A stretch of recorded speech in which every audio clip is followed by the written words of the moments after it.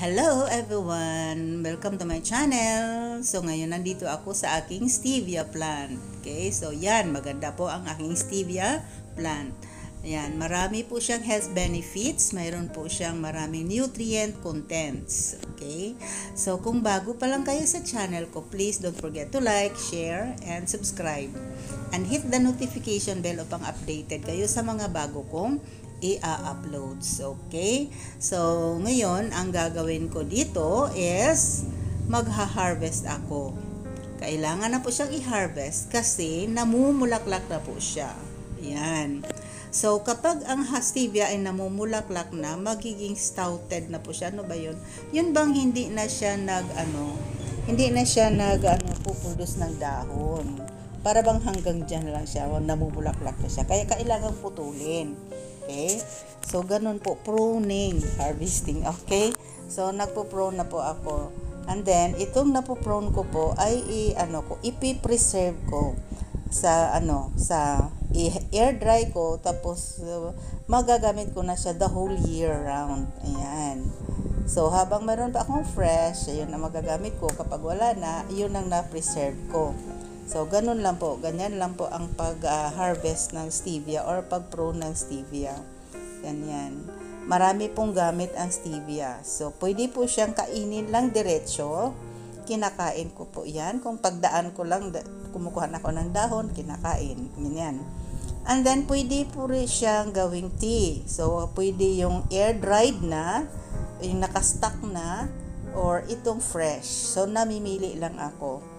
Mas matamis masyado yung yung naka-air dried. Yan. And then lang yan, pasanayan sa taste at saka sa amoy kasi yung mga ganitong halaman, mga exotic taste po. Yung hindi pa nasanay, hindi sila masyadong na-appreciate nila yung taste at saka yung amoy. Pero ako, nasanay na ako, kaya okay, wala na akong problema sa taste at sa amoy. And then, pwede po siyang, yung iba ginagamit po ito siya sa yung panglasa sa ulam, yung mga taong hindi gumagamit ng mga bitchin, yung mga magic sarap, na gusto nilang ma-neutralize yung asim at saka yung alat, itong stevia ang ginagamit nila. Ganun. And then, yung iba ginagamit sa cake, ginagamit sa ice cream, marami pong gamit. Ginagamit sa salad, ganyan. Isasali mo sa salad upang ma-neutralize yung taste ng salad, yung vegetable salad. Ganun po, marami po siyang gamit. At kung gusto mong, ayan, mayroon pa akong celery dyan. So, kung mag-tea ako ng celery, ang idagdag ko para pang sugar, pang sweetener is itong stevia. Ayan, ayan o, nakita mo nyo yung yung parsley. So, dito, sa mesang ito, nandito po yung parsley ko, yung celery, at saka yung stevia. Kung gusto kong uminom ng tea, yun lang gamit ko. It's either parsley or stevia, parsley and stevia, or celery and stevia, or peppermint and stevia, or sweet basil and stevia. Yun. Kasi meron akong mga halaman na ganon dito. Kasi kapag tumatanda na po tayo, ay mahilig at wala na tayong iniisip na problema kasi matanda na. Ayan. Gusto na lang natin na uminom ng mainit, uminom ng tubig, at kung mainit naman, hindi naman pwede na palagi na lang kape. Kaya ito, best alternative sa kape. Ayan. Ayan, marami ang dami ng aking stevia. So, ganyan lang po. And then, so, sa kape, sa umaga nagkakape ako. And then, later on, pag gusto ko nang uminom ng mainit or malamig, yan po ang gamit ko. Stevia, and then celery, parsley, peppermint, marami pang iba. Saba snake grass, sweet basil, marami pa po. Okay, ganyan.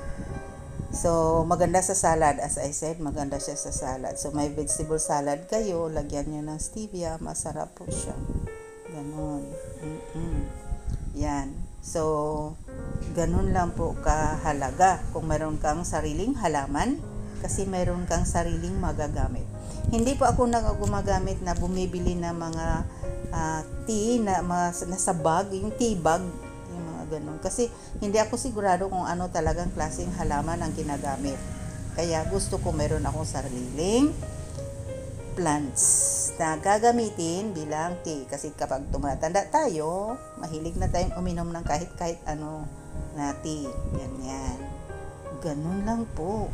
Yan, ang ganda. So, yan. O, ang dami. Tatlong jar na yan. Okay, so hanggang dito na lang po. Maraming salamat po. Bye-bye!